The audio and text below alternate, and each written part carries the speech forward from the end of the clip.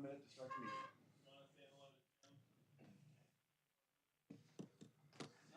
meeting. Good evening.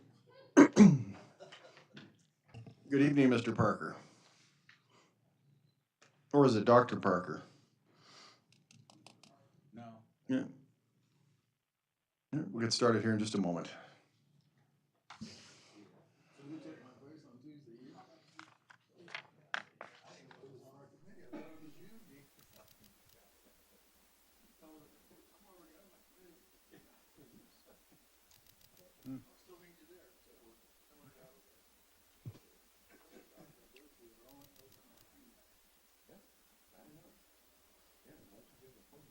And I guess you're right, Don, on the electric. All right, it's 6 p.m. I'm going to call the meeting to order. If you'd all rise, please, for the Pledge of Allegiance. Jason, would you like to lead us tonight? Pledge allegiance to the flag of the United States of America and to the republic for which it stands, one nation, under God, indivisible, with liberty and justice for all. All right, thank you very much. Roll call, please. President St. Amand, Present. Director Cordell. Here. Director Griffin, Here. Director Rutora, Here. Vice President Boyd. Here. All right, very good. Posting of agenda declaration. The agenda for tonight's regular board meeting was posted on Friday, April 8th, 2022. Thank you. Conflict of interest declaration. Director Rutora, anything? Conflicts of interest? Negative. None. None for Boyd. None, Cordell. None for St. Amand. That being said, I have to inform you that I am an employee of the federal government. However, that being said, what I say this evening is my opinion and my opinion only, and does not necessarily reflect that of my employer or of the other members of the board of directors. Thank you. Public questions and comments. This portion of the meeting is reserved for persons desiring to address the board on any matter not on the agenda and over which the board has jurisdiction. However, no action may be taken by the board of directors on any item not appearing on the agenda. Non-agenda speakers are asked to limit their presentations to 5 minutes. Public questions and comments on items listed on the agenda will be accepted at any time the item is brought forth for consideration by the board. When you're recognized by the chairperson, please state your name and address for the record. Thank you. Do we have any public comment from those assembled here in the building? All right. Chris, do we have anybody online? None other than Mr. Parker. Okay. All right, very good. So have no comments. We'll go ahead on to item 7A, public hearing ordinance number 106. So, Mr. President, actually, we would like to remove this from the agenda. I think it's premature. The executive order came out on the day legal counsel was leaving on vacation. And I may have jumped the gun, got a little excited, but in actuality, the state board has been directed to release the recommendations on May 25th. They're considering level 2 of the water source contingency plan, but obviously that hasn't been decided yet, nor has the date of implementation been established. So I think it's premature for us to hold a public hearing at this time. All right. Any board members object to removing this from the agenda? Okay, let's do so. All right, item 8A, consent calendar. Do I have a motion to accept the consent calendar? I'll move to accept the consent calendar. A second. Okay. Are there any comments from the public? All right, any discussion amongst the board of directors? Okay, then let's have a vote, please. President St. Amand, Aye. Director Cordell, Yes. Director Griffin, Yes. Director Rutora, Aye. Vice President Boyd. Yes.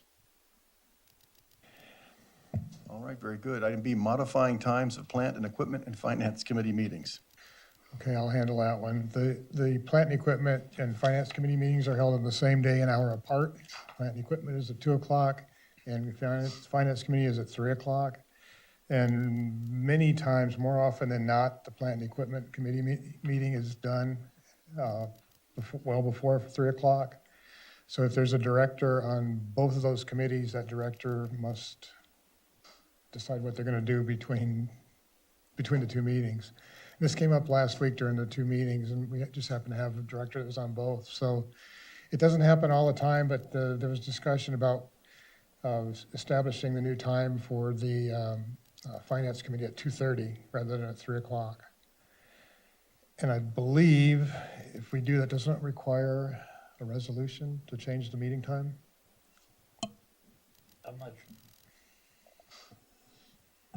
I'm not sure if it requires a resolution, but just to be sure, I would just do it by way of a motion tonight, and if a resolution's not needed, it's done. Okay. Do I have a motion? I would like to make a motion to change the Finance Committee meetings to 2:30. Can I have a second? I'll second that. Thank you. Are there any public comment? Chris, anybody online other than Tim? Tim's on the phone and more viewers. I'll wait to see if anybody has a comment about that, although I imagine not. Right, any discussion from the board? All right, then let's call for a vote, please. President St. Amand, Aye. Director Cordell. Yes. Director Griffin, Yes. Director Ratora, Aye. Vice President Boyd. Yes. Very good, the motion passes. So I guess we'll determine if it requires a resolution. I'm not sure if we'll change the time for next month or not. It may be too early to do so, but we'll look into it, and as soon as we can do it, we'll make the adjustment. Very good, thank you. Am I the only one that affects? Well, I think, I don't know, it could affect anybody that's, somebody standing in one time or the other, so just. I'm definitely for it anyway. Okay, item 8C. The pumping optimization grant. Not there yet. So Director Ratora has been asking board and staff to look into grant funding for pumping optimization grant. As you're aware, the groundwater sustainability plan that's been approved by the DWR does have a pumping optimization plan that includes moving pumping to other areas of the basin, southwest and northwest. I believe, and Director Ratora can correct me if I'm wrong, but your focus was more on the El Paso Basin, correct? So water management, we had a discussion. Tim Parker joined us for that water management meeting. And prior to the water management committee, Mr. Parker and I had a discussion, and it was we discussed the possibility of potentially expanding the pumping optimization, the scope of the pumping optimization project to include perhaps something like perhaps a recharge project in the grant. So the intent for today was to, Mr. Parker's on the phone, I know, to have that discussion and maybe get direction from board on, first of all, what would be the scope of a project that we submitted, and also consideration. I know when we talked to water management, Director Ratora indicated he would prefer some grant funding that was outside state funding, more like federal funding. Because in conversations I've had with DWR, I did ask the question, if grants were submitted by the water district, would they receive the same level of consideration as if it came from the groundwater authority?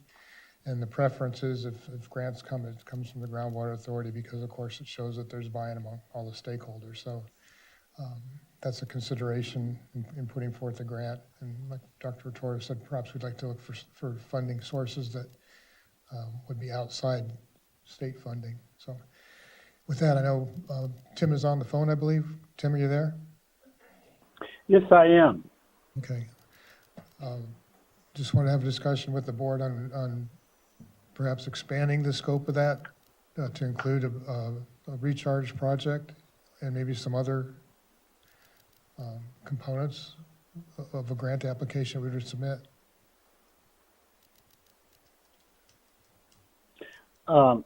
Yeah, right. So the intent of that was if there's going to be a significant investment in doing that exploration, it makes sense to look at what other options would be available in terms of water management, because you're talking about pretty significant costs for putting holes in the ground, completing them as wells, testing those facilities, and then during that time you can look at the materials you're going through to see if they're suitable for any kind of recharge facilities. I know there were some preliminary, basically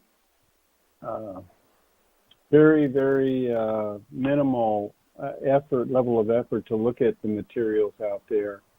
And what we've seen in the AEM, the airborne electromagnetics, is we do see some coarse-grained materials in a few of those areas. And those might be potential areas that could be developed and used for some sort of not just extraction, but putting water back in the ground as well, if there's water available. So that, I guess that's the point of it is. Does that make sense? Any questions? So it would expand our understanding of the basin, and it would also provide an opportunity for replenishment. Correct. Thank you. Okay. A little bit of background here is that the CCG Capital Corps Group indicated when we went through the last set of grants, the last grant application, that there was going to be no more planning money available.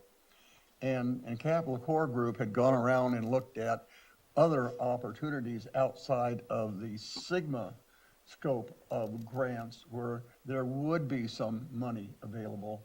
And the more we start looking at the El Paso area, the more the money costs start going up. So it makes sense to go back and look at some of those other grant opportunities that CCG has already identified and see how applicable any of those might be. That way we're not trying to get the GA to find planning money because they're not interested in that anymore. I think CCG has been turned off by DWR. So unless DWR changes their policy, and of course that could always happen, there's not going to be planning money available. But the good news is that it would be non-Sigma money, so we could control what we're doing and basically do what we what we think makes sense. So, All right, thank you. All right, so just any quick questions from the public?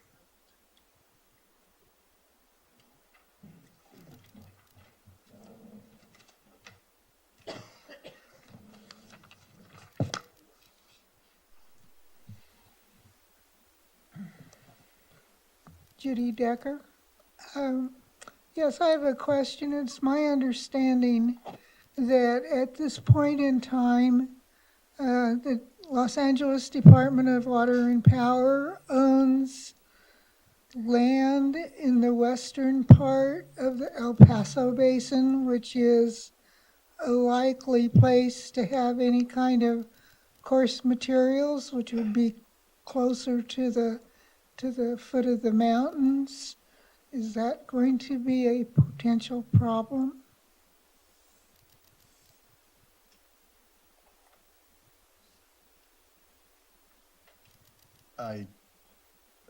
Go ahead, Jim. I'm not sure I can answer that. I mean, there isn't even a project yet. So I don't know why the mere fact that LADWP may own some land there would somehow put a wrench in this or anything. So it may be a factor, but I wouldn't see it much more than that. It's certainly something to be taken into consideration during the planning phase. Okay, thank you. Thank you, Ms. Decker. Anybody online? Okay, any other comments from the public? Yeah, I see.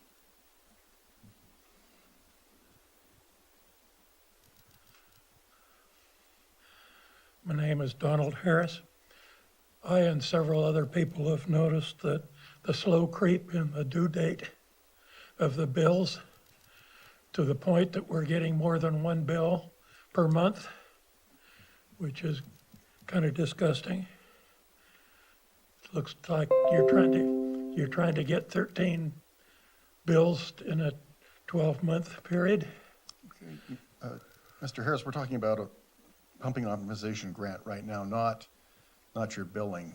Well, I don't know when to talk about it, but whatever. Oh, let's finish this item, and then I'll briefly reopen public comments, sir, so that you can bring it up again.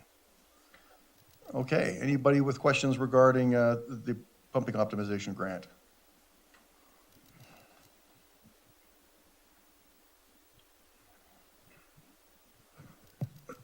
I'm Don Decker.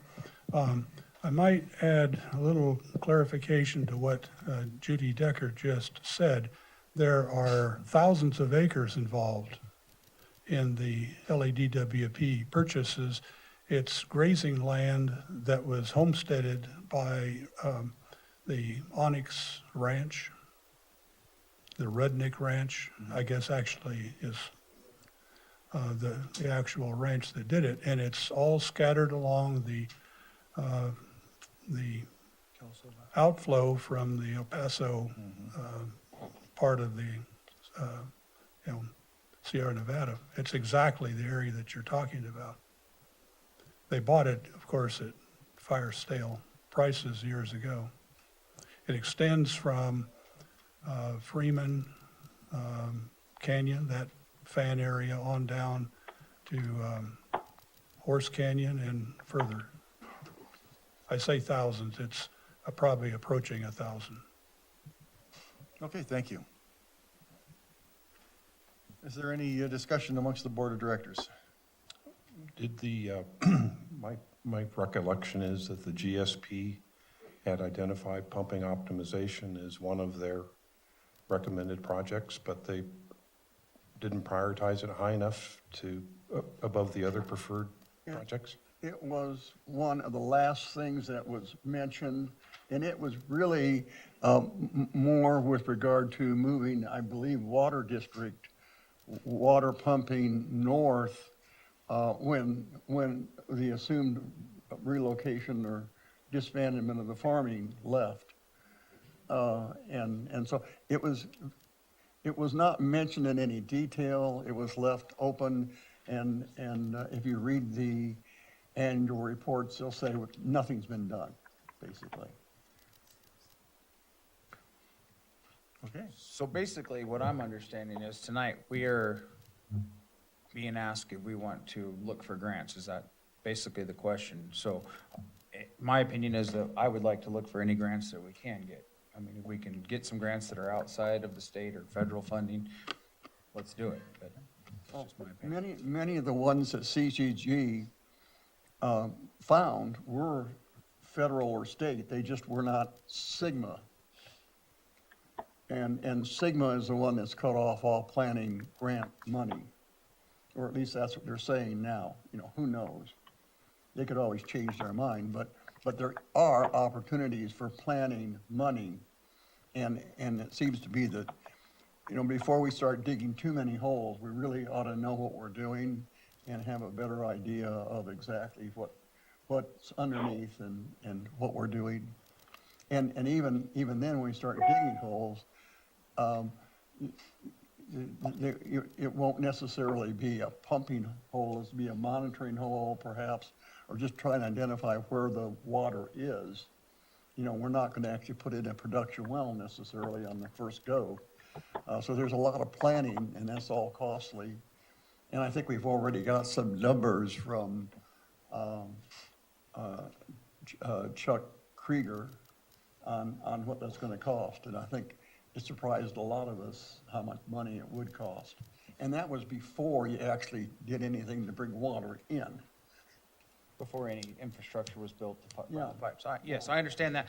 I kind of maybe disagree a little bit with what you're saying as far as what process we would have to follow, because I believe we will have to do a monitoring well, and we will have to put a well into production or heavy test pumping, so Oh, we could test actually pumping, get some sure. true data Yeah, I agree. from that. I So didn't- my question is, could we also look at partnerships with other stakeholders that are involved with the GSA?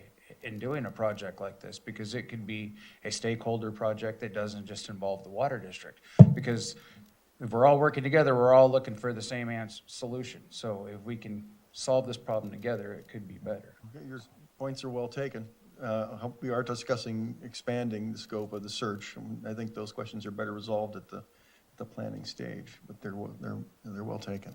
It would seem like the first step would be to put together a project scope, so you know what the project is, before you start looking for money and partners and things like that. So Correct. if that's something the board wants to pursue, then I would recommend that would be the action, was to put together a project scope. So you're just looking for direction tonight? You don't need a resolution? That's up to the board. Well, yes, please, then you've given direction to do so. You're just giving direction to staff to put together a Yes, project. that's correct. Okay, before we go to item T, I'd like to bring, if there are no objections, Mr. Harris back to the microphone so we can comment a little bit more about the issue he's experiencing.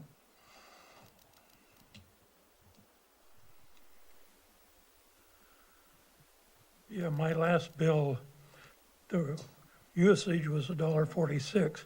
The overhead was, the total charge was 46, so the water was 3% of the cost. So we're trying to slip in 13 bills in 12 months.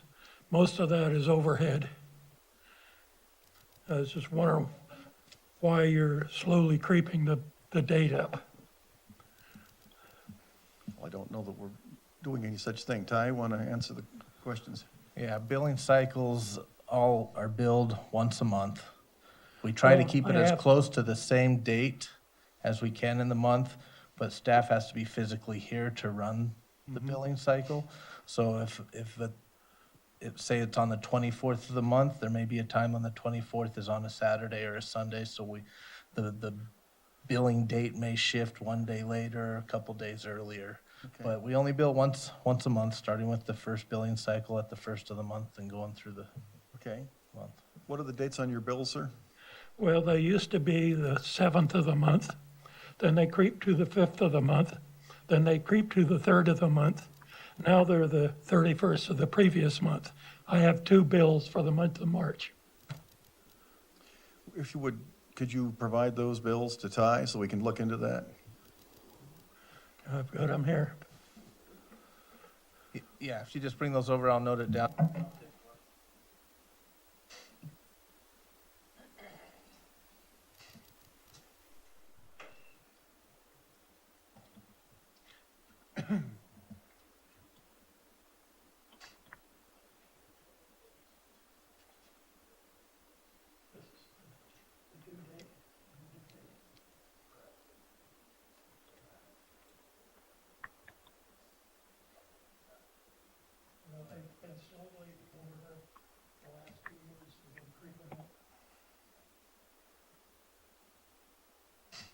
And just that conversation is the bill, on the bill, the billing date, it was the 16th on both of those for March and I believe February. Okay. And the due dates were closer together? Yeah, they're 2 weeks typically from when, I think 15 days. 15 days. So 15 days on the 16th of February would put it into March. No. Okay. Would also be March Suggesting it's 31st, so. A calendar issue with a 28-day month. With the 28 days, yeah. Okay. Well, if this continues, Mr. Harris, please come back and contact Ty and we'll see if there's something we can do about that. All right, I'd like to move on to item D, please, Plant and Equipment Committee.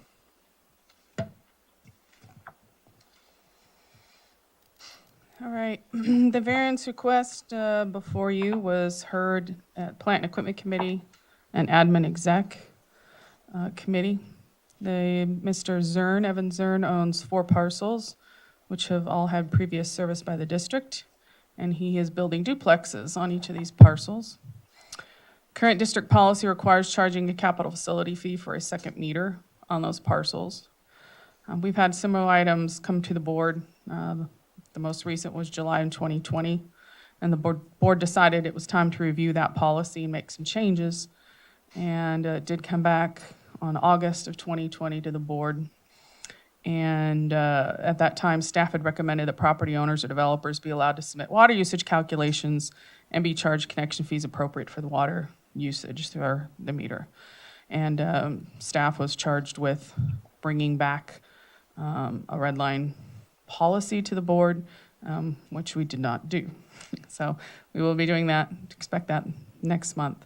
So therefore, this item did come before the board again because we have not made those changes to the policy. Our recommendation is the same. Mr. Zern did provide calculations showing that the duplexes could be served by 1 3/4 inch meter. It's essentially 4 bedrooms, 2 bathrooms. Therefore, both committees did recommend granting that variance.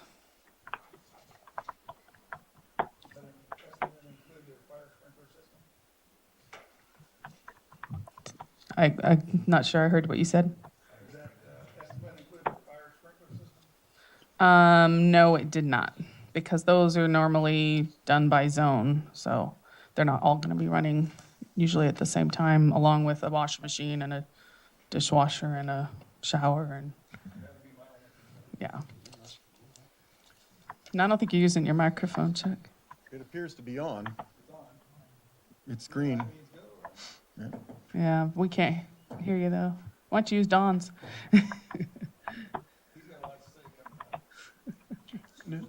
Okay, very good. Are there any comments from the public about this item?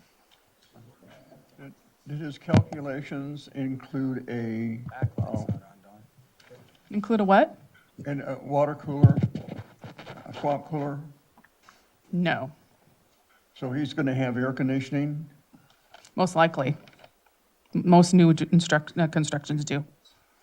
Okay. You know, it seems to me that it was only like 8 or 10 years ago that the district decided that they were going to eliminate 5/8 inch Yeah. meters. And I had a duplex. I wasn't charged for going from a 5/8 to a 3/4, but at the time, I thought I was told that 5/8 was no longer enough to serve one duplex unit, let alone 2. And now, based upon what I thought I read in the packet, is that 1 3/4 inch pump or meter could serve 2 duplexes, and I'm having a hard time trying to figure out how. One duplex. One not- duplex. Not 2 duplexes, 1 duplex. Oh, well, the calculation was For 2 units. 2 units. 2 units, right. 1 duplex, but serving 2 units. Correct. It would be equivalent to your house or my house, Stan. We have a 3/4 inch meter. We're serving, in my house, we have 4 bathrooms. You have 3, I believe. So this would be 2 bathrooms. Is that correct? Yes, Correct? each unit has 2 So it's bedrooms, smaller than 1 a typical bathroom. house. Yeah. Okay. Yeah, well, I guess I certainly think we need to continue to look at it, and if indeed what the intent is to change our ordinance, I would prefer actually changing the ordinance and then not having a waiver. That's what we plan to do. We need yeah. to be consistent, and we need to be fair, and I don't think just throwing a bunch of waivers out is the right way to do it. If there's justification for what we're saying we think we want to do, we ought to write it down in an ordinance, and then the applicants should not have to go through and request a waiver. Right, there is that document being prepared now. Yes. And would be presented to the board next month. Yeah, that's the plan, Stan. That's what we should have done in the first place, and we just kind of dropped the ball. So your recommendation back in August of 2020 was that we continue to encourage individual metering, but in place of charging connection fee for each meter, require the property owner or developer to submit water usage calculations to the engineering department for review and approval. And then they'd be charged the connection fee appropriate for the water usage, yet still individually meter each unit. At that point, we were talking about a triplex. Okay, Okay, and this variance request would be consistent with the variance request from 2020? Correct, yes. Okay, thank you. Any other discussion from the board? Or is there any comment from the public? Including online? All right, so do I have a motion to grant the variance? I move to accept the variance or grant the variance. Can I get a second? Okay, is there any additional discussion from the board? No. All right, then let's have a vote, please.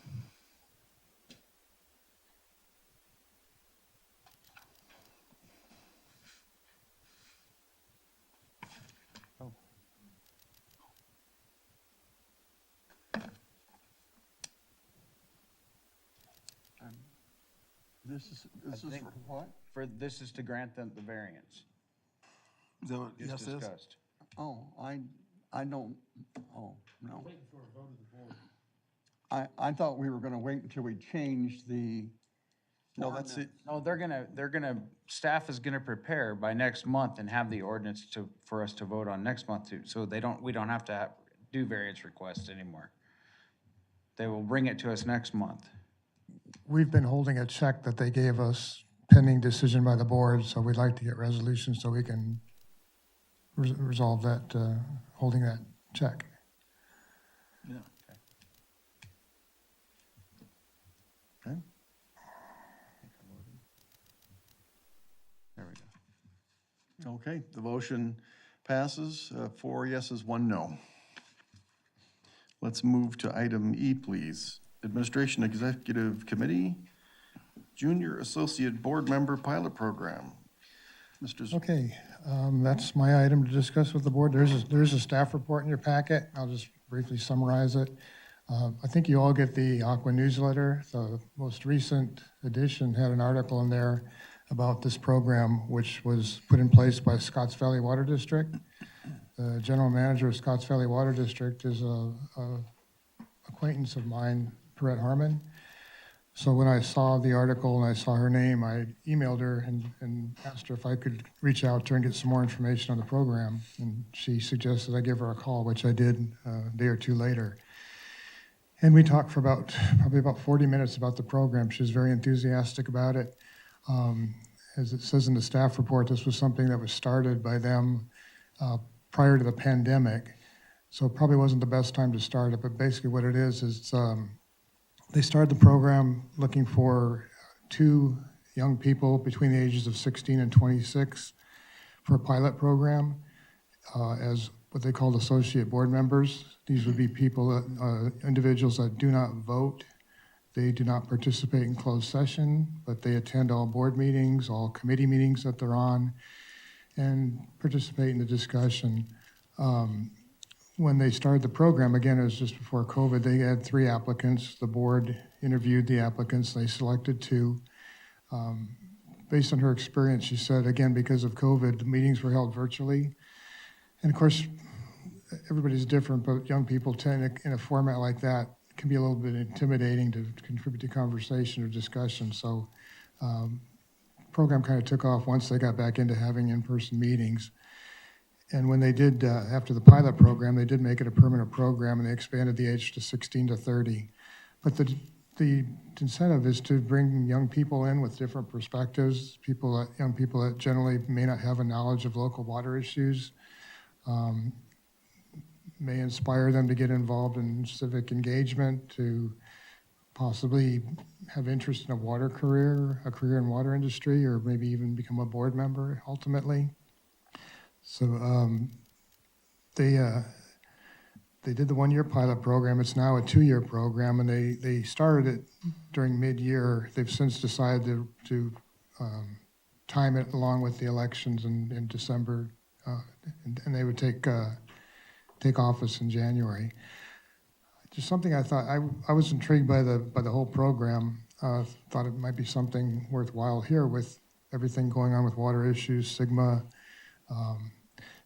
Generally, that age group probably isn't too engaged in water issues, and the thought would be to get some younger people in here, get them engaged in discussions about what's going on with water and just water in the state and locally, and then go among their peer group and share what they've learned and expand the circle of knowledge, if you will. As I said, we've included in your package, you've got the program as they developed it, as well as the application that they use for recruiting. So you have those as examples.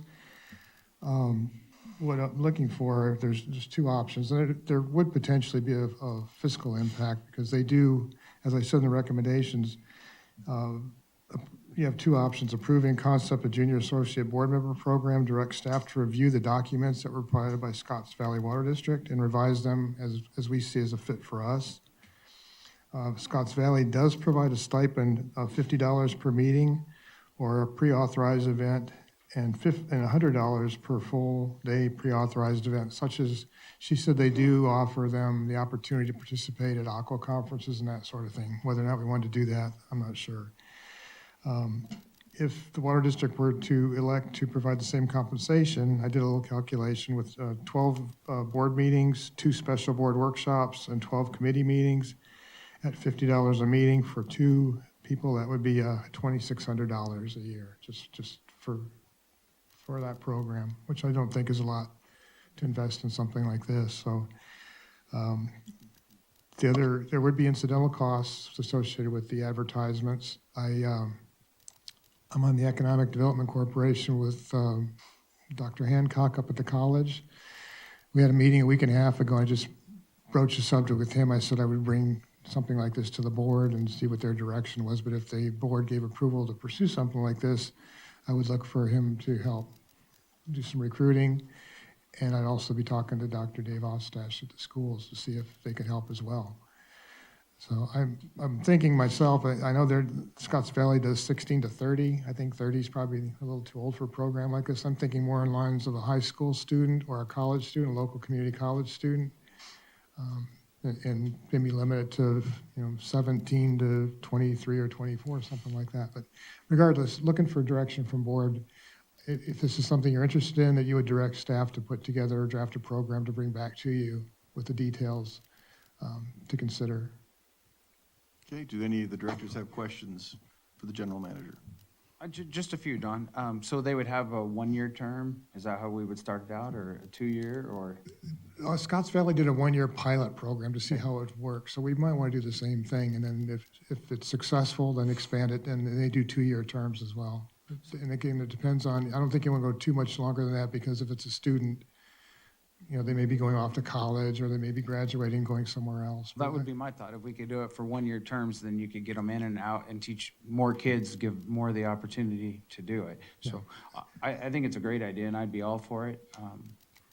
And, whatever we could do to assist, I think it'd be great. I think that it would be, we would have a responsibility as elected officials to teach them the proper way. So I think that we'd probably have to change a few of our habits.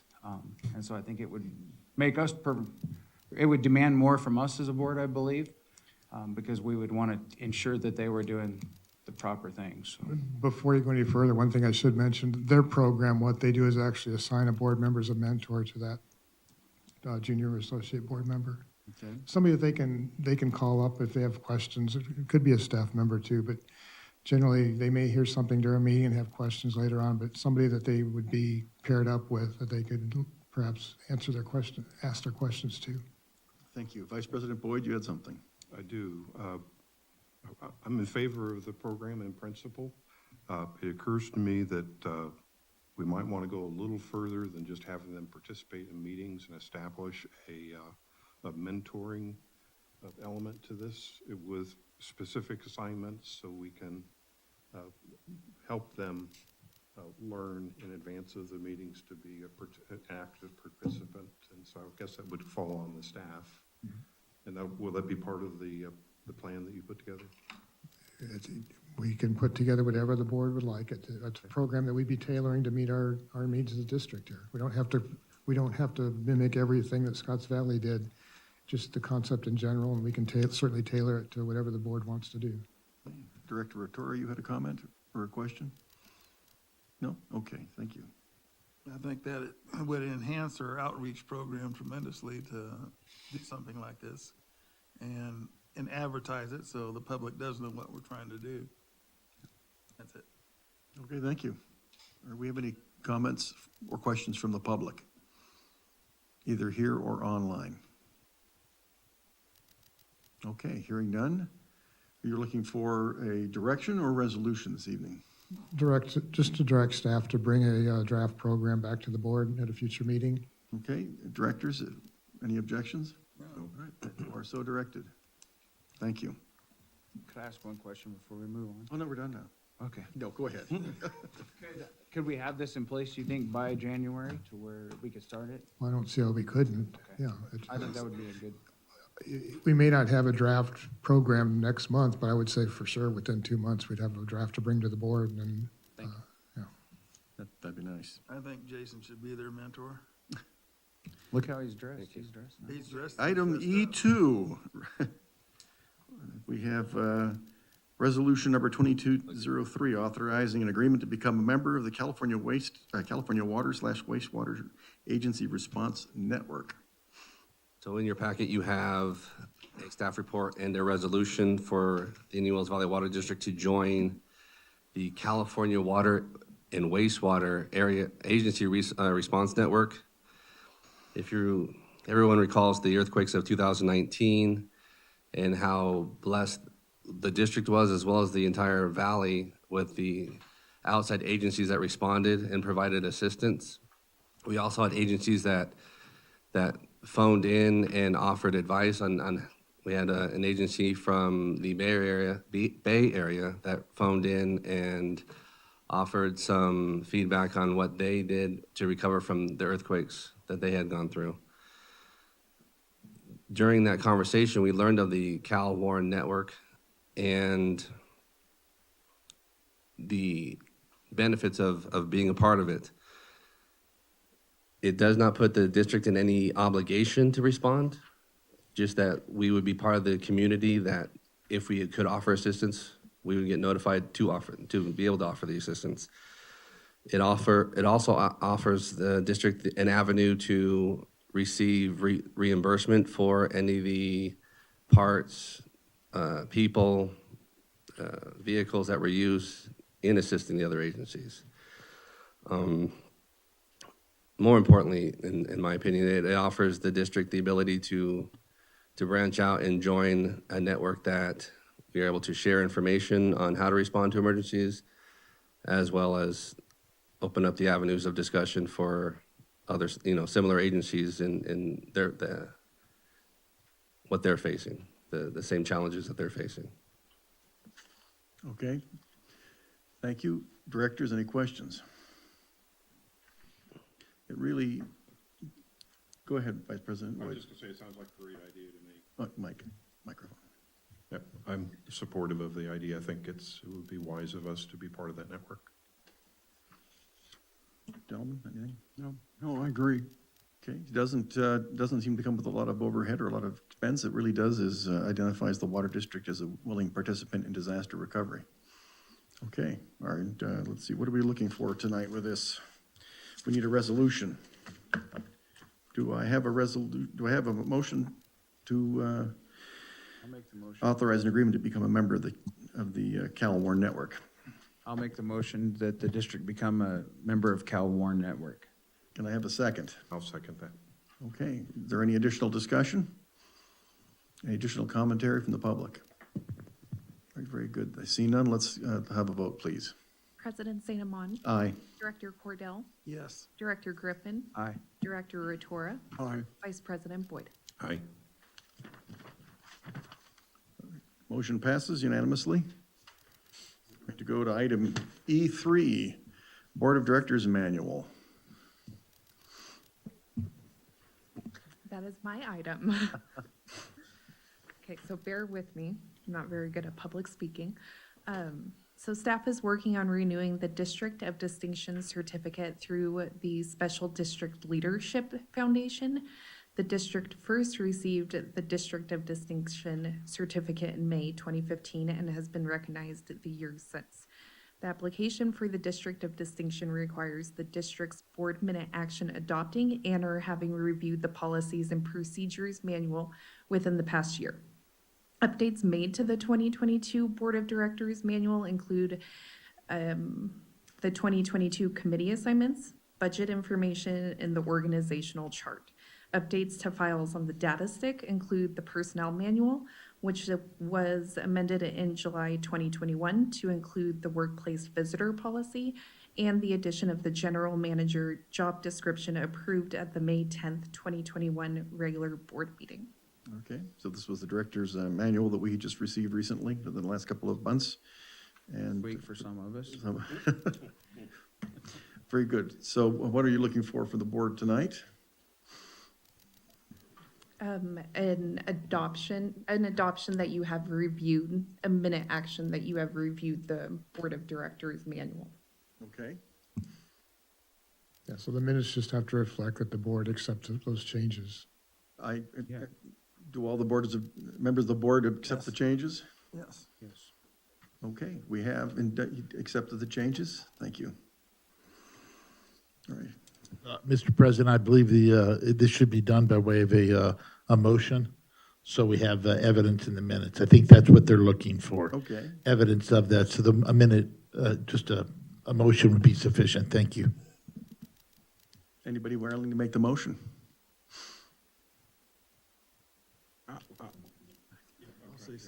That's what I would say too.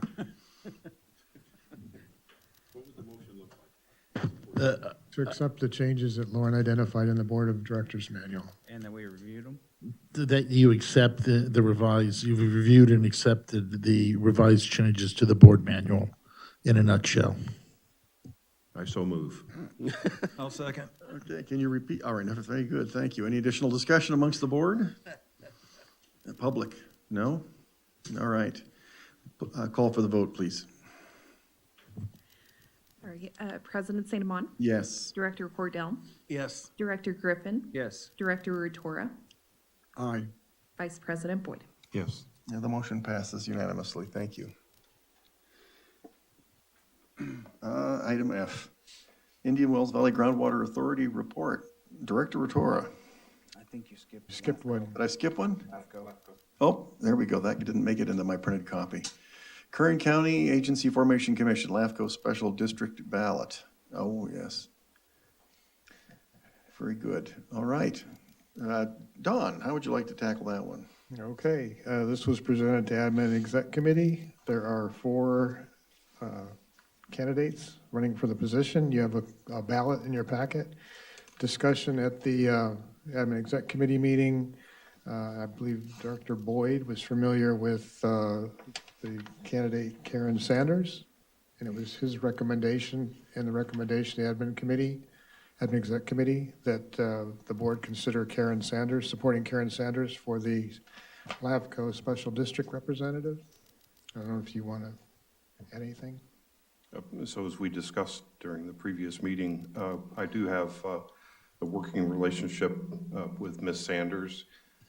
We're both members of the Friends of Public Lands, and Karen is employed by the down at Jawbone Station. She's one of the trail repair personnel. She's the lead of the group down there that does desert repair from off-road vehicle use. She's very active in those areas, is familiar with the IWV. She's based out of California City. Her and her husband live in California City, but she spends a fair amount of time up here interacting with community. Many community members I'm aware of, seeing references to them, have note of Karen as well. She's upstanding, she leads meetings well, she's committed, interested, motivated, and she's actually had some experience working with LAFCO in the past, so it's not a new item for her. So anyway, that was based on that knowledge that I had in her past. I felt it was reasonable to recommend to the board that we consider her. I'm not unvoting against any of the other candidates, I just don't know them, so. Okay. Questions for the directors? I would like to second what Mallory just said. I work with her on the East Kern Conservation District, and she's motivated, she's enthusiastic, she's a hard worker, and I think she'd do an excellent job. Okay. Any additional discussion? Any comments or questions from the public, here or online? Okay. Okay.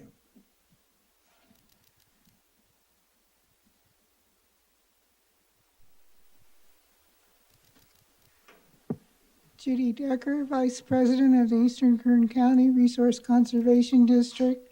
So I naturally support Karen, and she's all the things you said she was.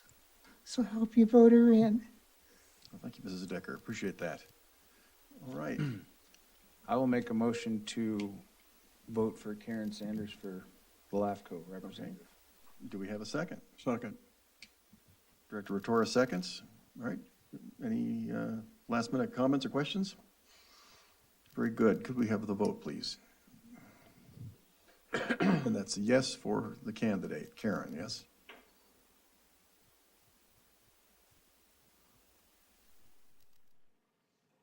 All right, very good. The board unanimously is voting for Karen Sanders. Thank you. All right. 8F. We're going to go to Director Rotora to discuss the Indian Wells Valley Groundwater Authority. Director Rotora. Thank you.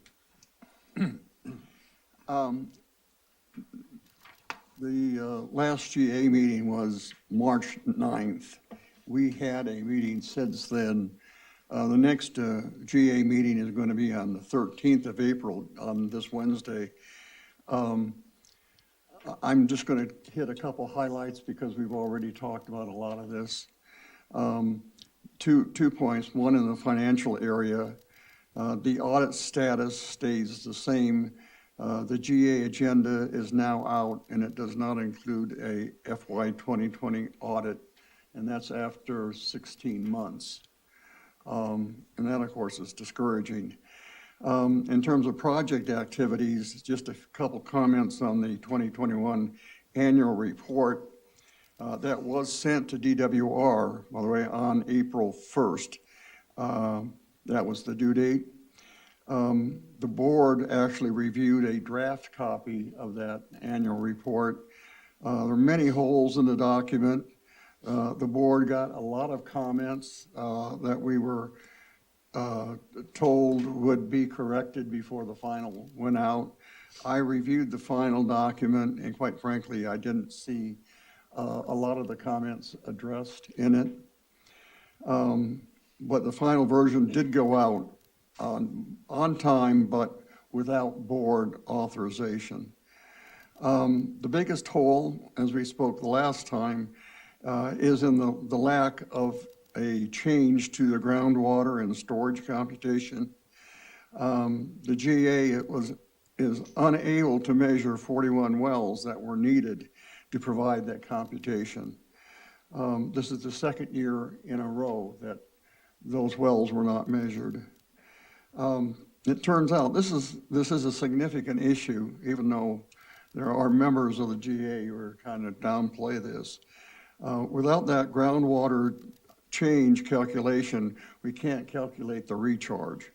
And this is the second year in a row that it's happened. No recharge was able to be calculated.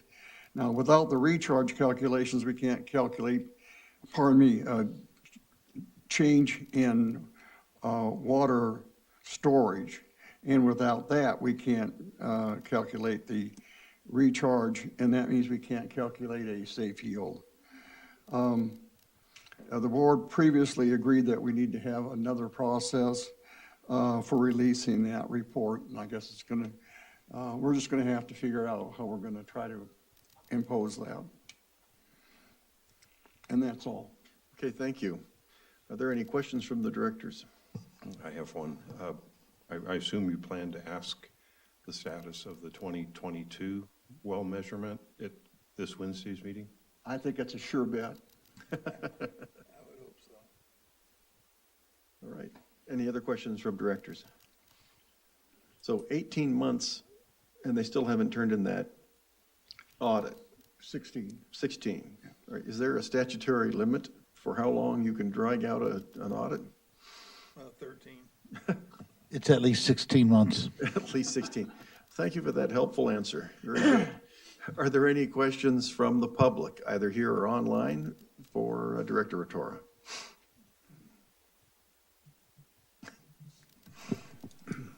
Don Decker again. I'd like to add a little bit to what Stan just said. The problem is far more severe than just 41 wells that didn't receive their semi-annual measurement.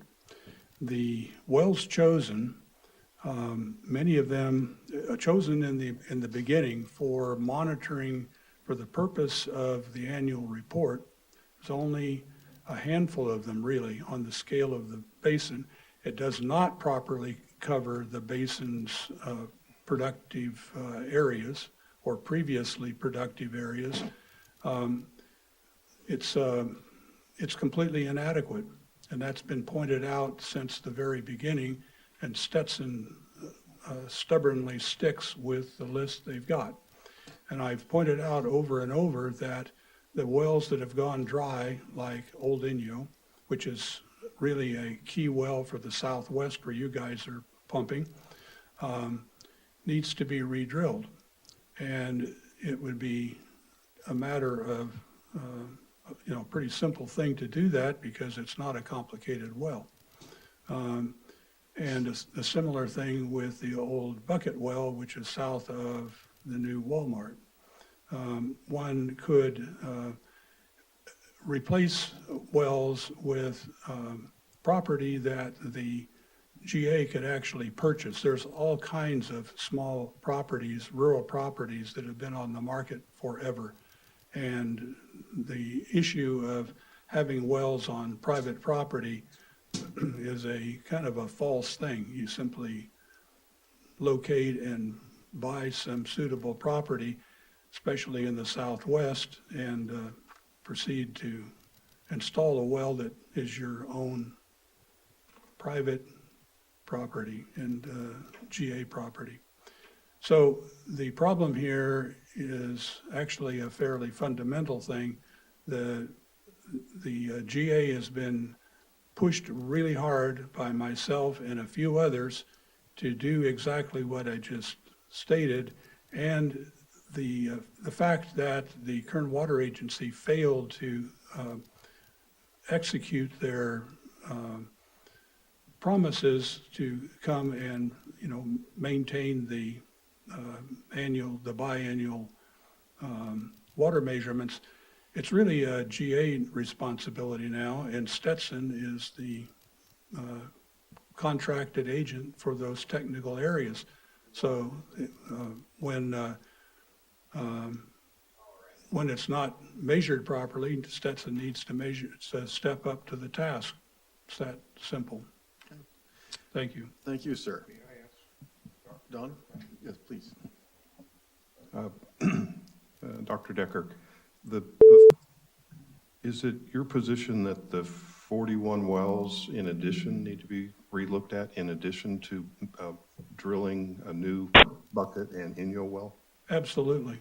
They are part of the list that's been started, and that it was chosen originally for good reasons. It needs to be maintained and continued. COVID was the nominal excuse, except the monitoring process is a field operation. It doesn't involve contact with people, and there's no reason not to do it.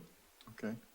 So just to be sure, I understand, not only should we be monitoring those 41 wells, really actually need to expand the number of wells being monitored. Yes. To facilitate that process, you're recommending the GA buy rural land that's available for sale and install their own monitoring wells. Correct. Okay, thank you. Thank you, Doctor. All right, we have a caller on the line. Go ahead, caller. Yes, this is Renee Westelas calling in. I just want to comment on the fact that the wells have not all been read for the last 2 years. One of the obstacles is, even if Mr. Steve Johnson pointed it out at the last GA meeting, that even if Stetson hires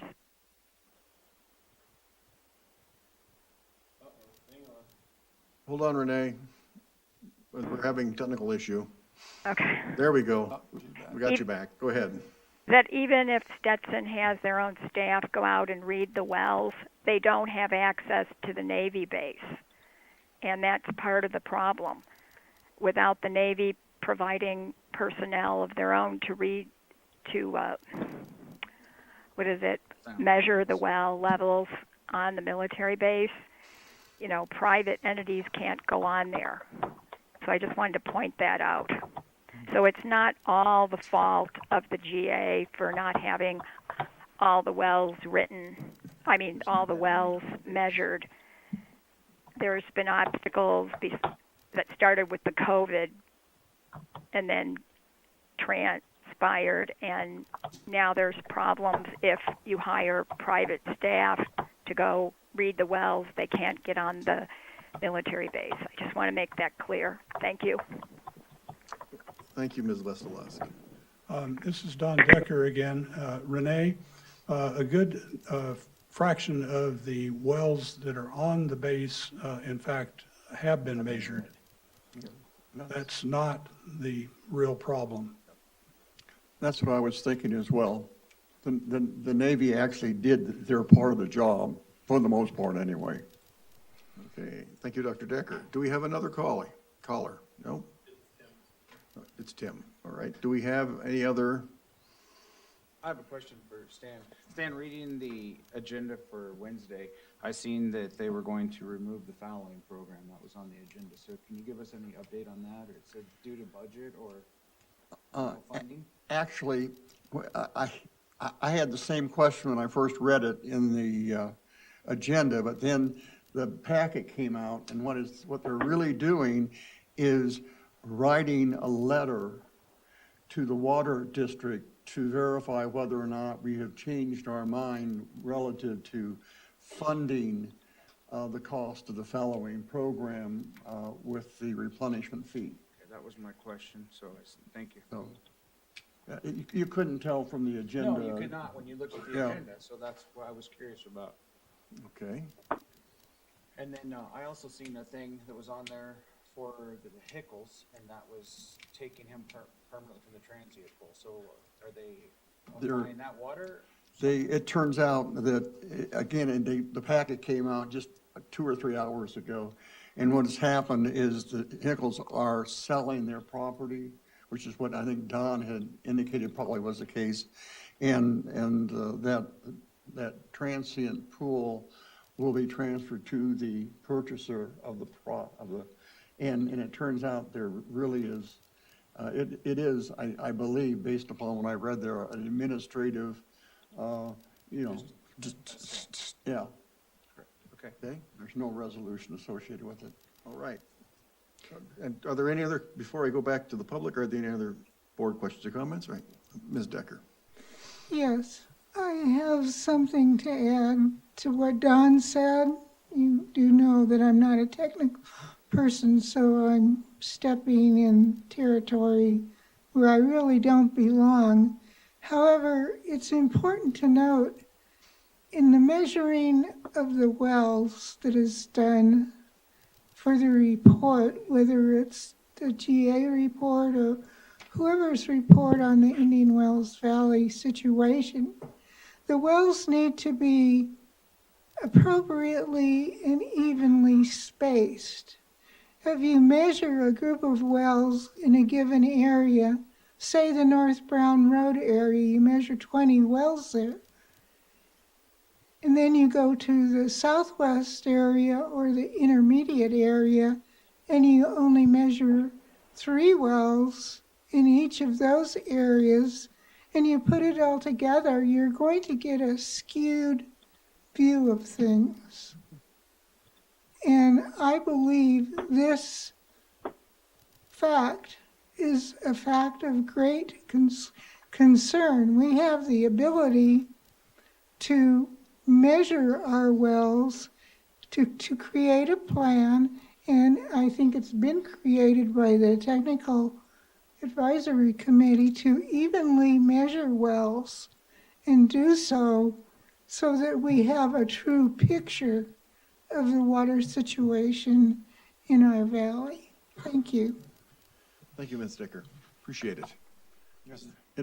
Just to clarify, not clarify, but enlarge on something she said, I think we're measuring like 155 wells, and some of those have multiple measurements, and there can be as many as like 170 some measurements.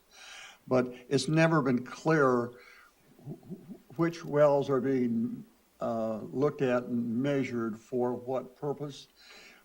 However, once they settled on 41 specific wells to do the change in groundwater storage, those 41 all have to be measured at the same time or relatively the same time.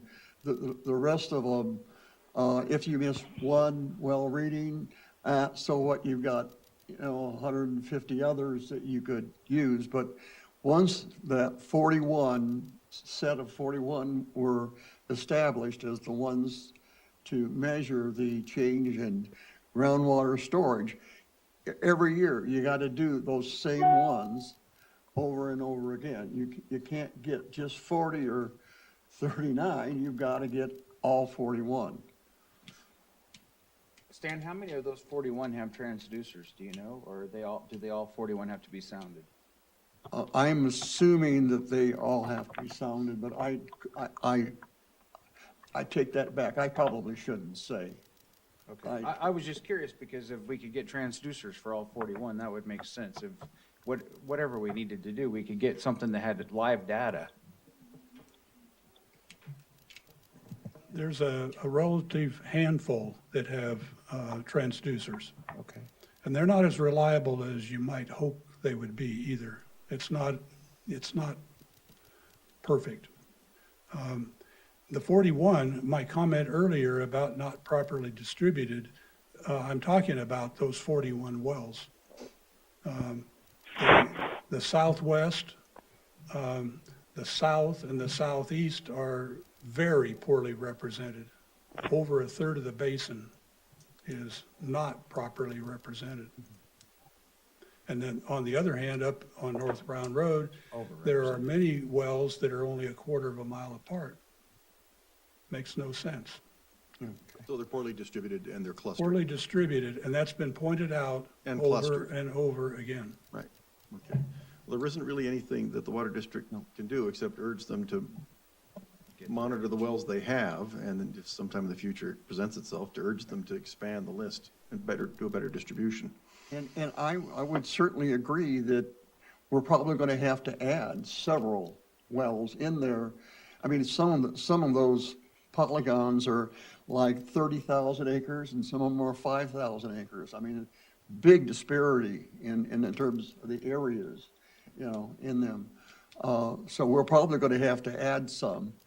And we may delete some too, but in the meantime, we've got a start with those 41. And so until we have a better idea of where we need to put new wells, and to even out the spacing, we've got to get those 41 wells. I have one more comment.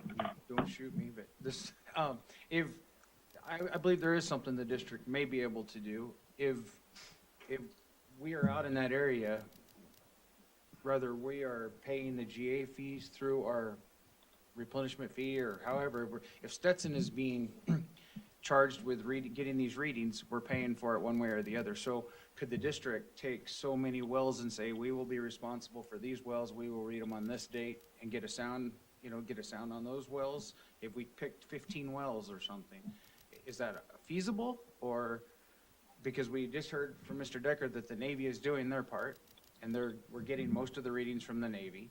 So if the district say, we will do this many wells, and then Stetson could do this many wells, but if we're having Stetson do 28 wells and he's charging us whatever he's charging us for his labor and his travel and everything else, if we could do it cheaper with our staff, is that possible? I believe, and correct me if I'm wrong, but I believe the intent is for Kern County Water Agency to continue monitoring those wells. But are they? They're doing that as an They're not. in-kind service. What's that? Kern County Water Agency is not, at least they're not uploading the data to their. They were the ones that didn't read. They were supposedly doing in-kind service, but it was their COVID regulations that kept the wells from being red or expanded from March through June. And you can't have that time. You've got to measure all of them within a 2 or 3 week period. I understand, but that, They have been the holdup for the last 2 years. yeah, but my point is, that's kind of an anomaly, that COVID period.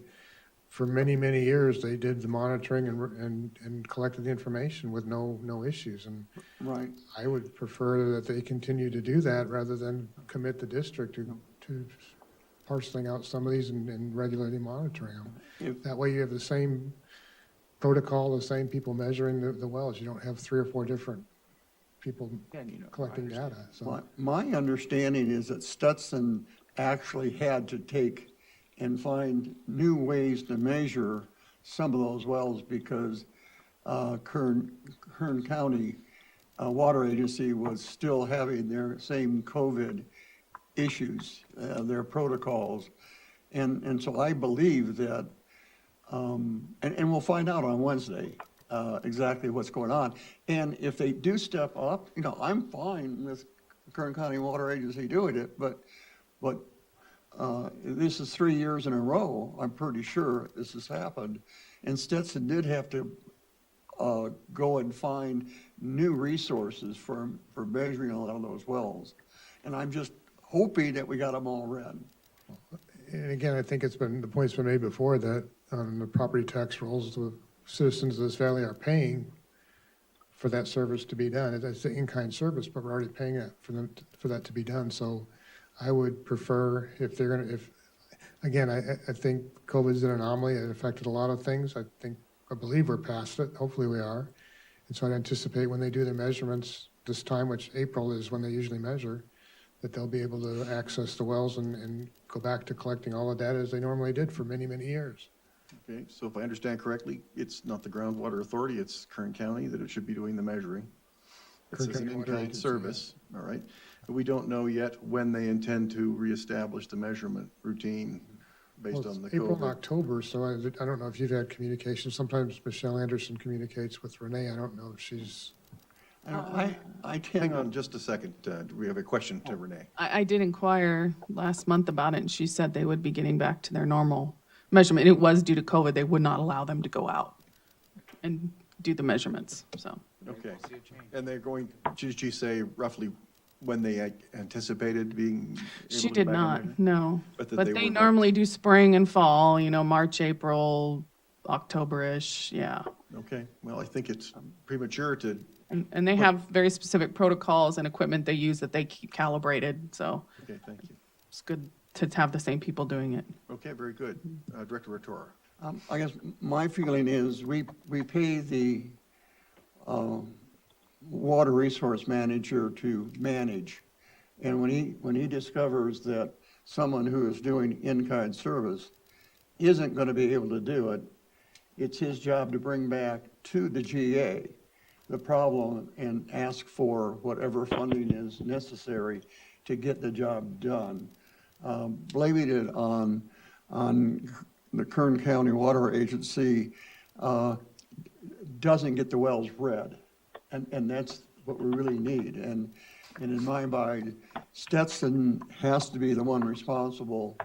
And when he finds out that one of his, whether it's in kind or not, if we can't do something that absolutely has to be done, and everything we do starts with measuring those wells. We don't have a choice. We need to measure them. So just to be clear, I wasn't assigning blame to Kern County. And what I understand you're saying is that Stetson Engineering, when they realized the measurements weren't being taken, should have been proactive in arranging for measurements to be taken by an alternate group. And I Okay. think they did this year. Okay. But we'll find out for sure Wednesday. All right, very good, thank you. Just for one point of clarification, you've referred to the Kern County Water Agency twice as Kern County. They are independent of each other. Kern County Water Agency is not a division or anything like that of Kern County. They have their own elected board and their own statutory scheme, much like the Water District. They're a That's special all. district. Yes, okay, very good, all right. Were there any other comments or questions?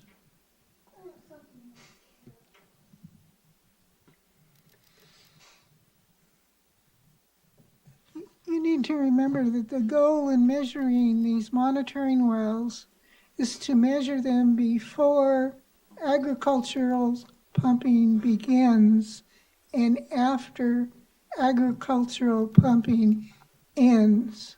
And I would note that agricultural pumping has already started. Okay, thank you, Ms. So if they haven't already measured them, they're too late for this year. All right, thank you, Mrs. Decker. Is there anybody online that has any questions or comments? All right, seeing none, then we're going to move on to item G. Yes, this will be a report on what's going on with the comprehensive adjudication. There's not a lot different than what was reported last month, as much of what we're doing is getting the mailers and waiting for the mailers to come out and people to respond and answer and everything. With that said, this is the first one's a reminder that the court did in fact grant the waiver of the initial appearance fee in the amount of $1,000. That order expires on April 29th. So we will try to get a further continuance, and I'll talk about that a little bit later. But if you know somebody, or if you're listening and you're thinking about filing an answer, you may want to do so prior to April 29th, so you don't have to pay the fee. That's all I've got on the fee. Really, I think probably the biggest thing that's happened since the last board meeting is that the cases have been reassigned. You'll recall that the last couple reports, we've said that the judge has been unavailable. As a result of that, our initial case management conference set for April 14th, that was continued. The GA had demurs on file for the petitions against the petitions filed by Searles Mojave. Those were also continued for a lack of a judge. And nobody knew what was going on, but recently the case was assigned to a Judge Claster. He is one of 6 judges in the Orange County that's in the complex division. Everything you hear about him, he's a smart guy. He was a partner 30 years, Gibson Dunn, and everything. So it appears now that we have a judge that will be hearing the matters moving forward, which is important. And that was a problem. They were offering research attorneys in places of judges, and just couldn't have that gone. So as it stands right now, the case management conference is set for May 20th, which is after April 29th. And then the demurs filed by the GA, those have been continued indefinitely because Mojave Pistachio filed a motion for leave to amend their most recent petition. So the court's going to have to rule on that to see if it's a good petition or if they have to amend before they go here on the demurs.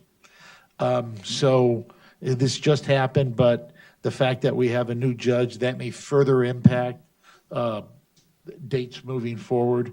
But it is a good thing in the long run that we do have a new judge, and hopefully he'll be able to hear our matters.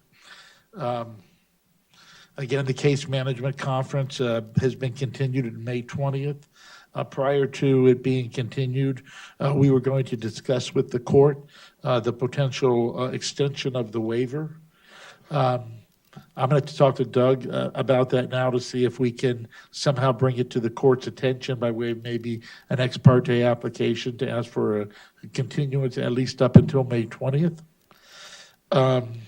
There was intent also to talk about possibly a way to pause the requirement for de minimis users to participate in the lawsuit while everything's getting coordinated. There's really no need for de minimis input right now that we believe that they're welcome to it, but that is something that we were going to discuss as well. I would note, though, it's important that when I talk about a pause to a de minimis pumper's responsibility to participate in the case, that's all that it is. It doesn't eliminate a person's requirement that they respond and file the answer to move forward. File, respond your answer, prior to April 29th, there's no fees. And then, later on, when we have a little bit more clarity, then we'll see where we're going to go with the de minimis. There are about 500 mailers, I believe, under 500 mailers that still need to go out. And so I hate to keep giving you different dates, but being conservative, I believe that final 60-day time in which somebody has to file an answer should run by the end of June, which is about when the hearings are going to be anyway. So that's where we are from a status standpoint on the adjudication. Be happy to answer any questions. Thank you. Are there any questions from the board? All right, do we have any questions from the public?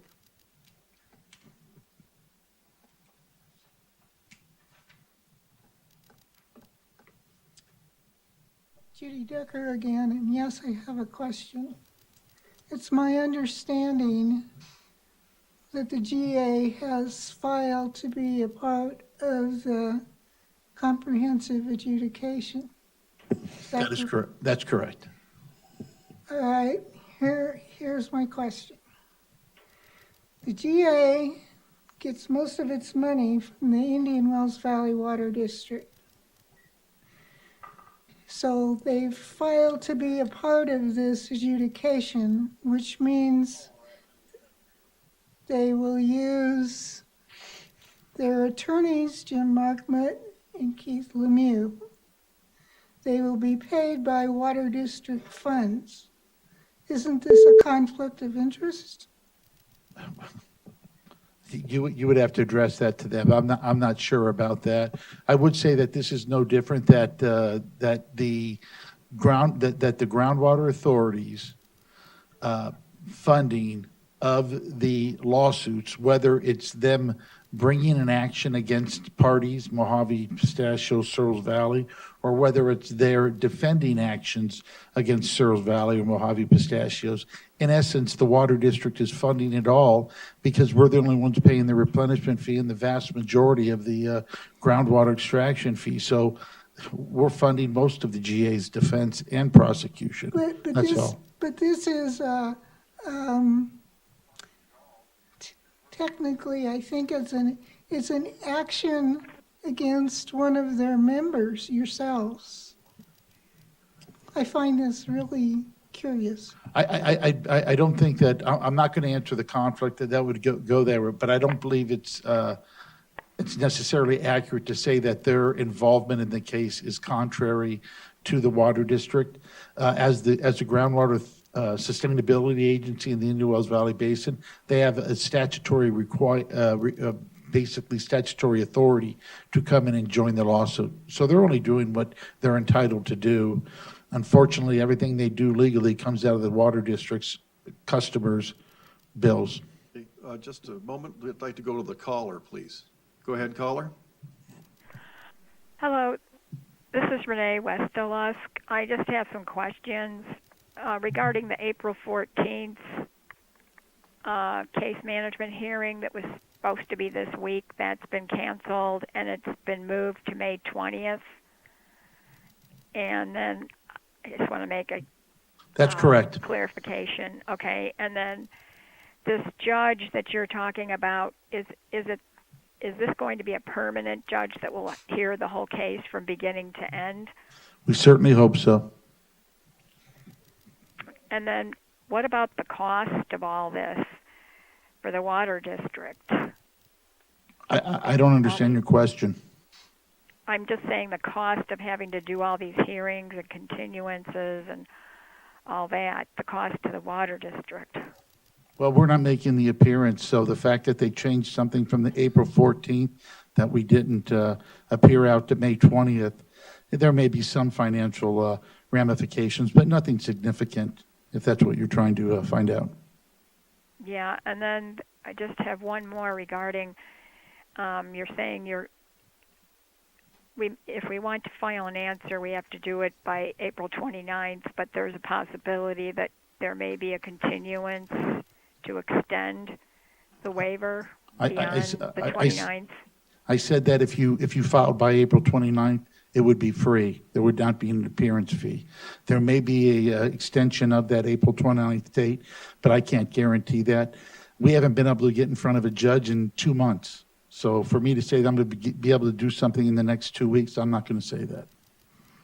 Okay, thank you. Thank you, Ms. Westolas. Dr. Decker. This is Don Decker again. Jim, I have a question about the 500 mailers that are yet to be sent. Can you identify the general nature of those 500? Who are they? Oh, all I can tell you is they are the last 500, Mr. Decker. These are last 500 property owners? These are the last 500 out of the approximate 22,000 mailers that we sent out. This is the last batch. I saw some of the directors. I do not have an answer as to why it has taken so long. Yeah, that was my question. Were they returned to sender or something like that? No, it's my understanding they're going out in batches. I can try to get some additional clarification from Emily, but I'm just reporting what I was told. Just out of curiosity, are they being sent out alphabetically or by parcel number? I believe the answer is I don't know. Okay. What?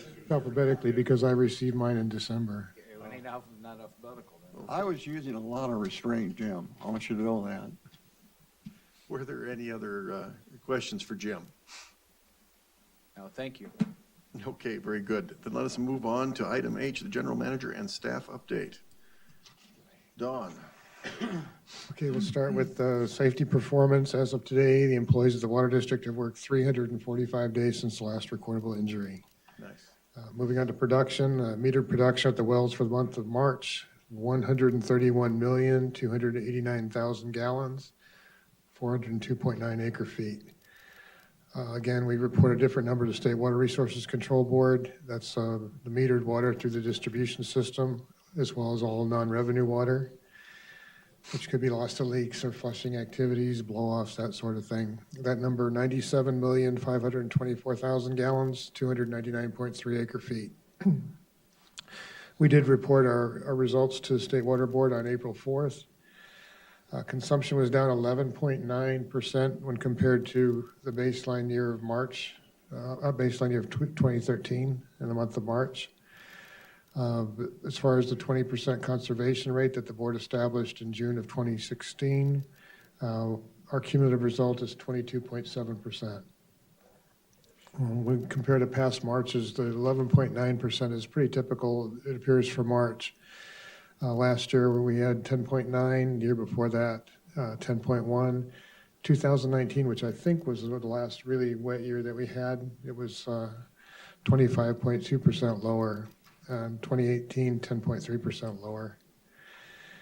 Residential gallons per capita per day, which is another number that we report to the state board. And this is, again, indoor and outdoor usage combined, 77.6 gallons per capita per day. We had an unusually high month in terms of new connections. There were 19 new connections added during the month, but this included 2 that were prepaid. So there have been 56 new connections during the current fiscal year that started July 1st.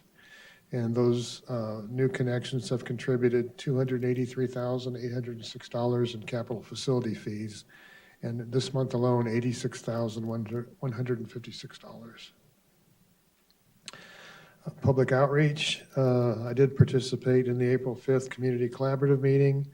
I mentioned Governor's Executive Order N-7-22, which was issued on March 28th,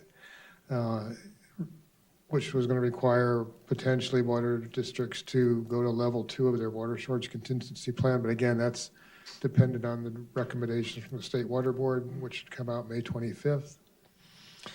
I also mentioned that the district was in the process of renewing our certificate of transparency excellence, as well as our district of distinction certification from the California Special Districts Association.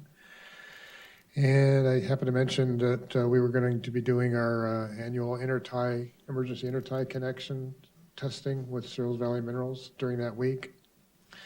And that we normally do testing with the Navy as well, but that we have not been able to do that the last 2 times due to issues they have with their pressure regulating valve, their clay valve. Another public outreach item, we participated in the annual Home and Leisure Show at the fairgrounds on the weekend of March 19th and 20th. Lauren's included a report on that event in your packet. I did want to mention, though, in addition to the employees that are mentioned in the report, and I'll mention them again just for the record, Diana Wynn, Isabella Tejeda, Anna Chavez, Lauren Smith, for actually working at the booth itself, John Swicka, Harley Millette, and Caleb Griffin for organizing, taking the supplies out there. But I did want to add that it's not included in the report. A former employee and the spouse of Lauren Smith, Gabe Smith, was instrumental in setting up the background. And Director Ator was there, and I'm sure he saw us struggling trying to put that thing together. If it wasn't for Gabe and Googling it on the internet instructions, I don't know if we would have got it up. So I did want to mention and give appreciation to Gabe. One last thing in terms of public outreach, I did submit a general manager's column to both the Daily Independent and the News Review. It was entitled "From Record Snow to Extended Drought: The Impact on Groundwater," and both of those, and that was published in both newspapers this month. Any questions on that part of the report? If not, we're District Certificate of Transparency and District of Distinction. Lauren has another report. So included in the board packet are the requirements for completing both the District of Transparency Certificate of Excellence and the District of Distinction applications through the Special District Leadership Foundation. As previously mentioned, the district first received the District of Distinction certificate in May 2015. The district first received the District of Transparency Certificate of Excellence in September 2013 and has been recognized in the years since. Staff has compiled the packet for the District of Transparency application, and it is currently being reviewed by an editor at the Daily Independent and an executive director at the Chamber of Commerce to fulfill the Community Transparency Review application requirement. The documents will then be submitted to SDLF for approval. Thank you. You did very good. I applaud you. All right. Item 4, special board workshop of January 19. Okay, updates on those items. Revisiting the overdraft was one of the takeaways from that workshop. We have no update on that. Second item, purchase and integration of the seismic data into the hydrological conceptual model. At the January 19th board workshop, the board approved up to $200,000 to obtain and reprocess additional remote sensing seismic data that was collected during the 1980s within the El Paso subbasin area, and then to update the HCM or HCF hydrological conceptual framework. After review of the available seismic data in the El Paso subbasin, we have acquired 59 of the available 88 miles from SEI, who is the seismic line wholesaler. The cost of that was $100,515.90. SEI has transferred that 1982 seismic data to Collier directly. John Jansen with Collier is tasked with interpreting the data after reprocessing. However, upon importing the data into the seismic interpretation software, John determined additional reprocessing of the 1988 lines is needed due to positional errors that were causing some stretching and distortion of the data. So in order to ensure the quality of the data to be used in the hydrological conceptual framework update, it was recommended that we acquire 40 miles of the 1988 seismic data at a cost of $500 per mile. Columbia has substantially completed the reprocessing on the first set of the seismic lines that was initially authorized. And from what they've shared with John, reports look like they've been significantly improved by the reprocessing. They've started on the second set of lines, and John expects them to be completed by mid-April, which is this week. John will start his interpretation as soon as the reprocessing is complete. And the total costs for both of these tasks are expected to be right around $173,223.20, which is well within the budgetary figure. The next item from the workshop, communicating adjudication status and updates to the public. Again, the frequently asked questions page on our website is being updated as new information is available. Since we tried to address the issue with people calling Murphy Efforts directly and asking questions about the adjudication. So they've implemented a voicemail feature directing callers to the frequently asked questions page. And it appears that the number of calls to Murphy Efforts have declined. As I mentioned, prior board meeting, the previous 2 invoices that we received were well over 30 pages in length, and most of those were short calls, receiving and answering short calls or emails. The most recent invoice we got was only 17 pages. So it does appear that that's either fewer people have questions or the voicemail is having impact it was intended to do. We also continue to utilize Providence Strategic Consulting to share information on regular posts on the district's Facebook page. And so, next item, recycled water. I think, Jim, do you have anything to add about that? There's really nothing to report. Krieger and Stewart is continuing to work with Stetson on the alternatives analysis, and my understanding is they're making good progress, and hopefully we'll see something in the near future in terms of final along those lines. But that's all I have right now. Next item, accuracy of the recharge numbers. We've had discussions about that, but there's nothing to update the board on right now. The storage study is ongoing. Ramboll has gone as far as possible in revising the Geoscene 3D model hydrological zone boundaries using the seismic line interpretation from Collier for the China Lake and Ridgecrest subarea that was done previously. To continue and complete the study is going to be dependent on Ramboll receiving the 1982 and 1988 seismic line interpretations from Collier so that they can refine the hydrogeologic zones. So again, it all hinges on the interpretation and reprocessing interpretation of seismic data. Okay. Very good, thank you. Well 33 update. All right, so the swedge has been put in place at well 33, and there was a video performed last Thursday to verify the placement of the swedge. So Best Drilling and Pump arrived on site this afternoon. We decided we didn't want that building open this afternoon, and probably not a good idea to rig up. So they will be back at 7 a.m. tomorrow to start. They're going to bottom bale and start reinstalling the equipment out there. Any questions about that at all? If not, I will move on. Okay, post-earthquake, Cal OES reimbursement. Yeah, last I heard that they were processing the payment request. And as you know, that can take several months, so when we hear, you will hear. Right? It's being processed yet. It's not even in the mail yet. Right. All right, very good. But starting next month, I will start updating on the capital projects that are starting to mobilize now, so you can get updates on those every month. Okay. All right, bulk water station ADA upgrades, update. Do you want me to do that? I'll go ahead and do that. The construction's essentially complete out there. I had some pictures. I don't know if Lauren got them in there, but hey, there's one. Might be easier to see on your tablets.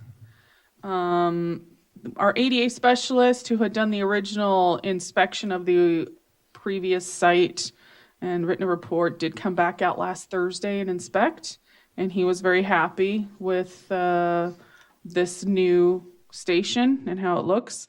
There were only 2 things that he had noticed before that we're not going to be able to comply with, and it has to do with the hose bib, and it has to do with the hooking of the lid on it. So those are the only 2 things, and he understands that those are things that just not going to be able to comply with. But everything else, the height, the approach, the accessibility is where it should be.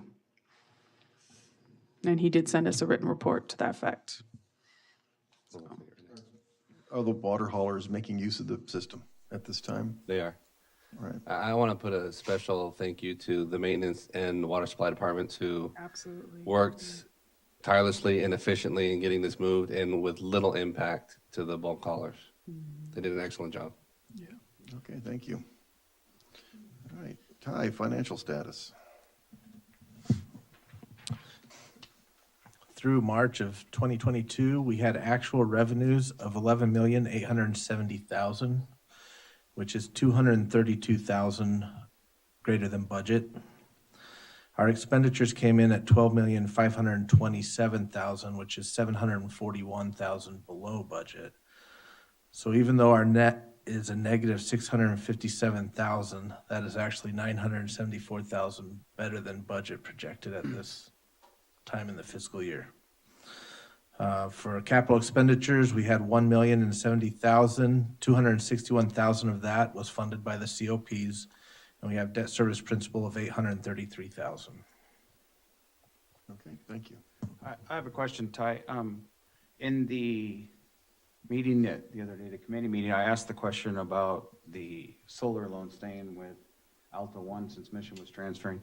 And then when I read the agenda today for the GA, I noticed that they had put on there to ensure that their banking stayed here also, and I want to ensure that ours is staying here too. Our day-to-day banking, it's not staying with Mission, it's going to stay local. So it's actually staying with Mission, and we are releasing an RFP this week that'll go out to all the local banking or financial institutions. When they return the proposals, then we'll select one that's local, but rather than, because it's been, I think, 7 or 8 years since we did an RFP, so it's due for banking services, and rather than change our accounts one time and then possibly change them again when the RFP is complete, we're going to stay with Mission Bank for just a couple of months while we do that RFP process. Okay, I kind of have an issue with that, I guess, because it's our local money that our ratepayers are paying, and it's a very large account. So, I mean, I think that money should stay local. So That's so the you're plan. saying that you're gonna do a study to see if, from just local banks? Not a study. Well, a request for price? To Yes. say, what would your fees be, and we're gonna use just local banks to do that? Yes. Okay. So Yeah. Part of the requirement will be having a local branch in Yeah, Ridgecrest. because I know that I see a district truck at the bank every day Yeah. going through, so that seems to me that would be an issue, of trying to bank in Bakersfield or Right. Lancaster. So Right. I don't want to see that happen. I want to see the ratepayers' money stay local. That's because the plan. These are the people that are paying the rates, so. okay. Yeah. All right. So how many local banks is there? 2? 2 local banks and 2 credit unions. Well, 3 credit unions. We'll probably send it to Navy Federal, but they typically don't provide anything. Well, is Navy Federal really local, though? That's my, They have a local office. they have a local office, yes. So they have to put out the request for proposals, and then they're gonna have to make a decision based on the responses they receive. Hopefully, it will be a local bank or a local credit union. Yeah, there are specific requirements. They have to be registered on certain lists with the state of California to do governmental banking and that. So we need to make sure they meet all the requirements that we're statutorily obligated to follow. The water district is bound by certain requirements, Yeah. which may end up limiting our selection. It could. Okay. We'll see what we get. All right. Any other questions? All right, then let's move on to solar production.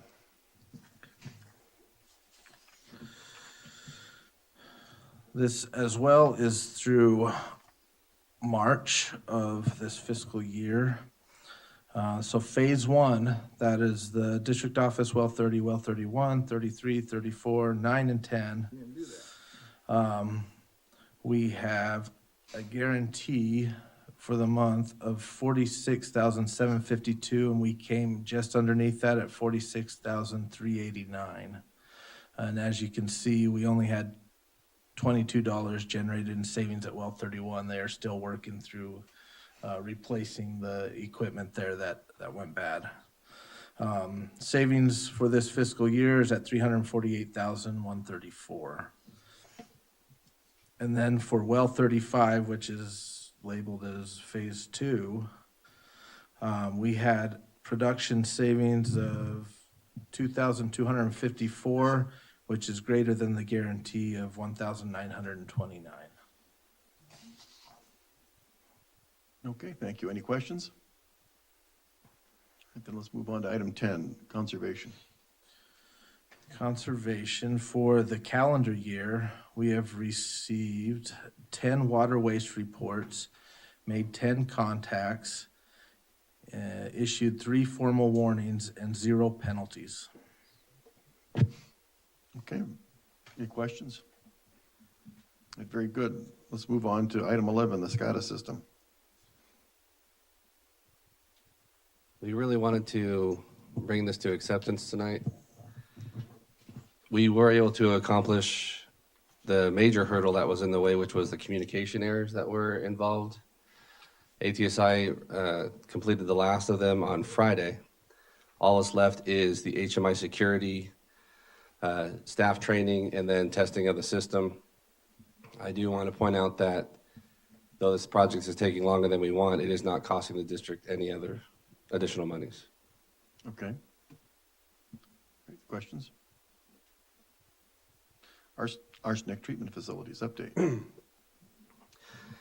reached out to Pure Flow today. They are on track with construction of the under drains, and they should be delivered sometime mid-June. District staff has begun to drain the filter vessels in an effort to start recovering the media that's inside the filter vessels. Okay. Thank you. Item 13, operations. For the month of March, we had 7 repairs, 31 replacements. The no-des did not run, leaving our total at 8,377,775 gallons. No valves returned, leaving our total at 103 valves turned to date. And we have been assisting with the abundance of locates and inspections with all the projects going on. Questions? Jason, could you clarify on the arsenic treatment plants? We're going to be working on one of those, but we'll still have an arsenic treatment plant underway? Yeah, the plan is to have arsenic plant probably 1 down and replace the under drains in that one, while arsenic plant 2 is still available for operation. Okay, thank you. Okay, thank you. Appreciate your reports. Let's move on to item 9, board comments and future agenda items. Do any of the board of directors have comments or future agenda items?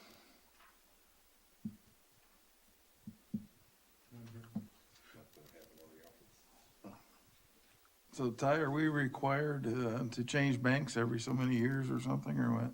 Not required, but every once in a while, you want to make sure you're getting the best bang for your buck if you want. Then we can decide at a future date which bank we want to stay with. Well, you go through the RFP process and Okay. make sure you comply with that.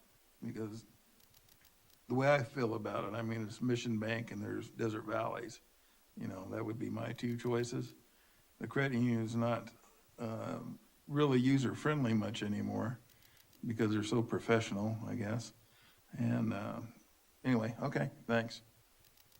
All right, I do have some comments. I want to thank the staff and their family for their efforts at the home show. Very much appreciate that.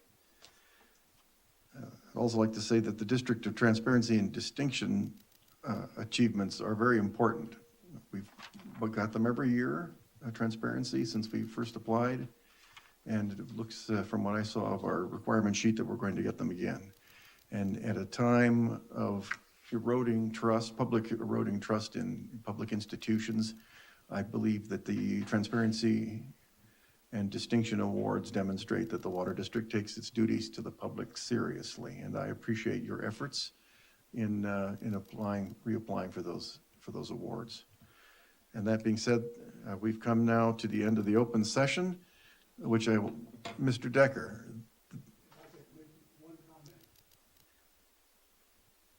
Pleasure of the board. Yes, one comment, sir. No. This is very short, and it has to do with your H4, which you did not call for a public comment. That's not a criticism, it's just a comment.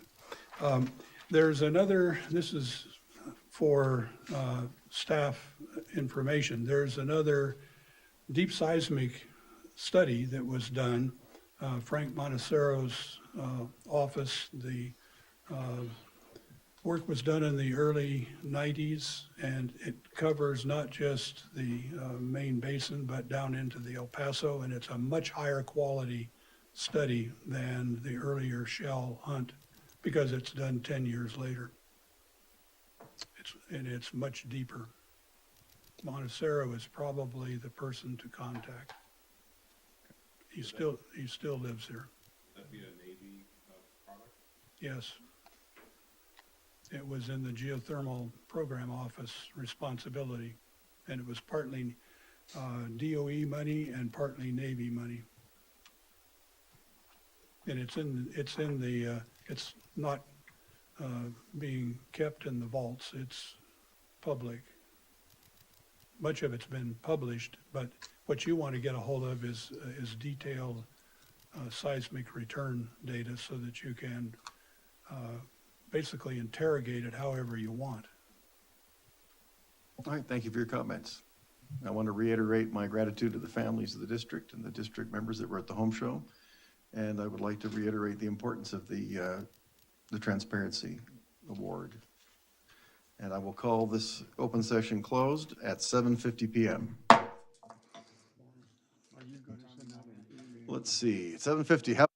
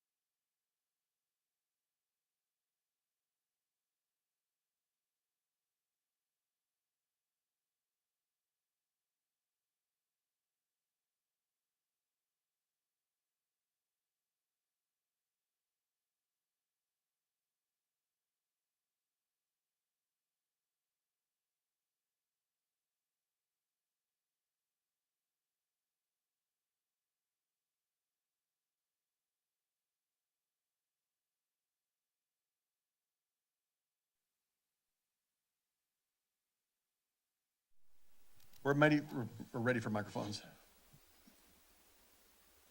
All right, I'm going to call the open session open at 10:11 PM. Yeah, with respect to closed session, staff, board met with staff and legal on the items under closed session.